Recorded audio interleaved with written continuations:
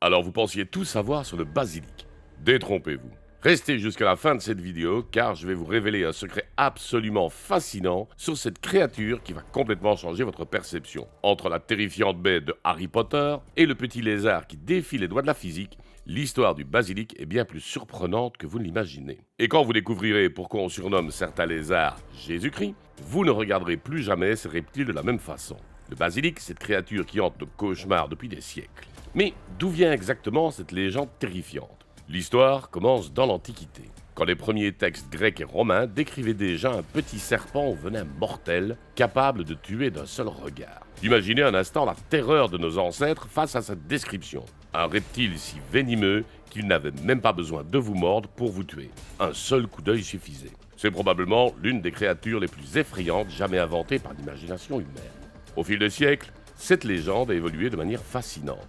Durant le Moyen-Âge, il fut plus souvent décrit comme un mélange de coq et de serpent. Et c'est là que l'histoire devient vraiment bizarre. Certains contestent cette théorie en pensant que le basilic serait issu d'un œuf de poule couvé par un crapaud, né d'un œuf de vieux coq de 7 ou 14 ans, déposé dans du fumier et couvé par un crapaud ou une grenouille. Franchement, qui a bien pu inventer une histoire pareille ? On se demande ce qui fumait au Moyen-Âge pour imaginer qu'un crapaud puisse couver un œuf de coq et donner naissance à un monstre mi-coq, mi-serpent. Et attendez, l'histoire devient encore plus délirante. Dans l'Antiquité, la légende raconte que le basilic serait né du sang qui coula de la tête tranchée de la gorgone Méduse lorsque Persée la tenait en main.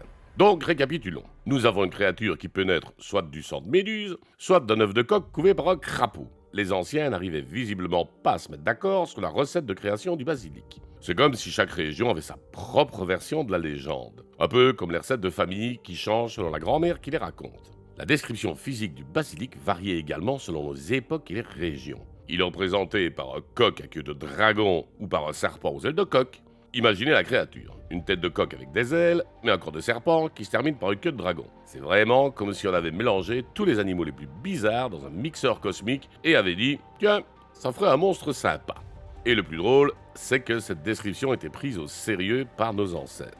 D'ailleurs, souvent, on confond cette créature avec une autre créature mythique, la cocatrice, dont je parlerai vraisemblablement très prochainement. Et puis, il y a ce détail absolument fascinant. La légende raconte que la belette est son adversaire naturel capable de le vaincre.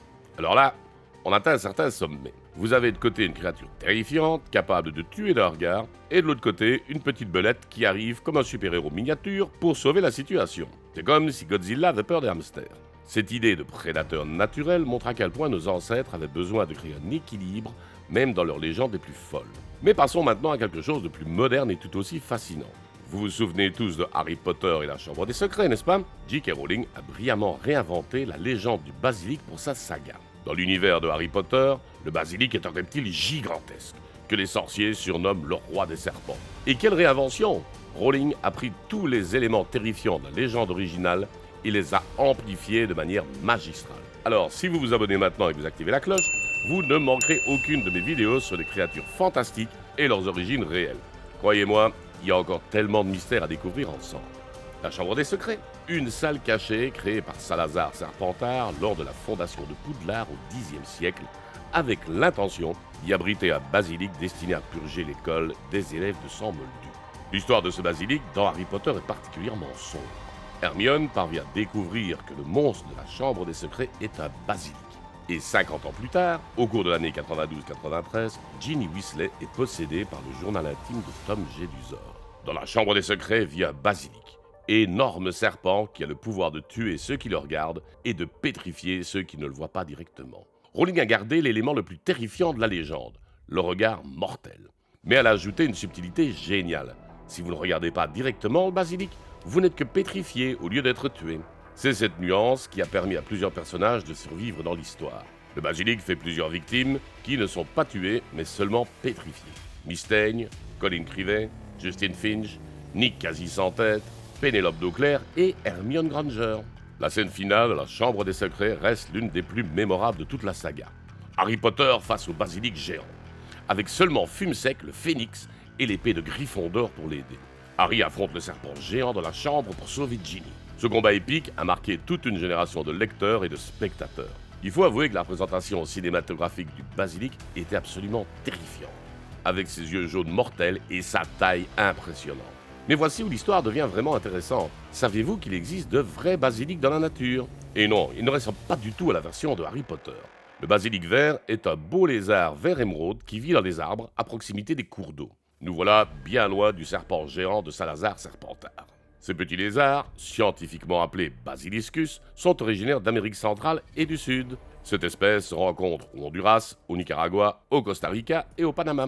Ils sont magnifiques par leur couleur verte brillante, mais ce qui les rend vraiment extraordinaires, c'est leur capacité absolument incroyable à défier les lois de la physique. Préparez-vous à être émerveillés. Le nom de lézard Jésus-Christ lui a été donné car il est capable de courir sur l'eau sur ses deux pattes arrière suffisamment rapidement pour ne pas sombrer. Oui, vous avez bien entendu. Ces petits reptiles peuvent littéralement marcher sur l'eau. Sa capacité à courir sur l'eau lui a valu le surnom de lézard Jésus-Christ. Le surnom est à la fois drôle et respectueux, faisant référence au miracle biblique de Jésus marchant sur l'eau. Mais comment diable font-ils ça? C'est de la pure physique appliquée. Les basiliscus sont d'excellents nageurs et sont capables de courir sur l'eau. Leur technique est fascinante. Ils battent leurs pattes arrière si rapidement qu'ils créent des poches d'air sous leurs pieds, ce qui leur permet de rester à la surface de l'eau pendant quelques secondes. C'est comme s'ils faisaient du surf sur leurs propres pieds. La vitesse est cruciale. S'ils ralentissent, ils coulent immédiatement. Cette capacité leur est vitale dans la nature. Quand un prédateur les menace, ils peuvent s'échapper en traversant un cours d'eau en courant dessus, laissant leurs poursuivants pantois sur l'autre rive. C'est probablement l'une des techniques d'évasion les plus spectaculaires du règne animal. Imaginez la surprise du premier scientifique qui observait le phénomène. Il a dû se frotter les yeux plusieurs fois en se demandant s'il n'était pas en train de rêver. Ces lézards sont vraiment des champions de la survie. Ils ont développé des adaptations remarquables pour échapper à leurs prédateurs. Ce lézard est également un excellent grimpeur et a déjà été observé à plus de 20 mètres de haut dans des arbres tropicaux. Donc, récapitulons les super pouvoirs du basilic réel. Il peut courir sur l'eau et grimper à plus de 20 mètres de haut. C'est comme un super-héros à écailles. Franchement, Marvel devrait s'inspirer de ces petites créatures pour créer son prochain personnage. La connexion entre le basilic mythologique et le lézard réel est fascinante. Ses yeux jaunes ont peut-être inspiré son nom. Le basilic des légendes était un reptile fabuleux capable de tuer par un seul regard. Les scientifiques qui ont nommé ces lézards ont probablement été frappés par leurs yeux perçants et leur allure majestueuse. C'est ironique de penser que ces petits lézards inoffensifs portent le nom d'une des créatures les plus terrifiantes de la mythologie. Cette espèce clé pour l'équilibre de l'écosystème est menacée. Malheureusement, comme beaucoup d'espèces tropicales, les basilics réels font face à des menaces croissantes. La déforestation et le changement climatique affectent leur habitat naturel. C'est ironique qu'une créature capable de défier les lois de la physique soit vulnérable aux actions humaines. L'évolution des légendes du basilic à travers les cultures est remarquable. De l'Antiquité grecque au roman de fantasy moderne, cette créature a traversé les siècles en se transformant. Présent dans diverses légendes depuis l'Antiquité, le basilic est une créature mythologique d'apparence reptiforme, parfois dotée d'une crête en forme de couronne sur la tête. Cette persistance à travers les cultures montre à quel point cette créature fascine l'imagination humaine. Chaque époque a réinventé le basilic selon ses propres peurs et ses propres merveilles. Au Moyen-Âge, c'était un mélange de coq et de serpent, reflétant peut-être les peurs liées à la peste et aux maladies.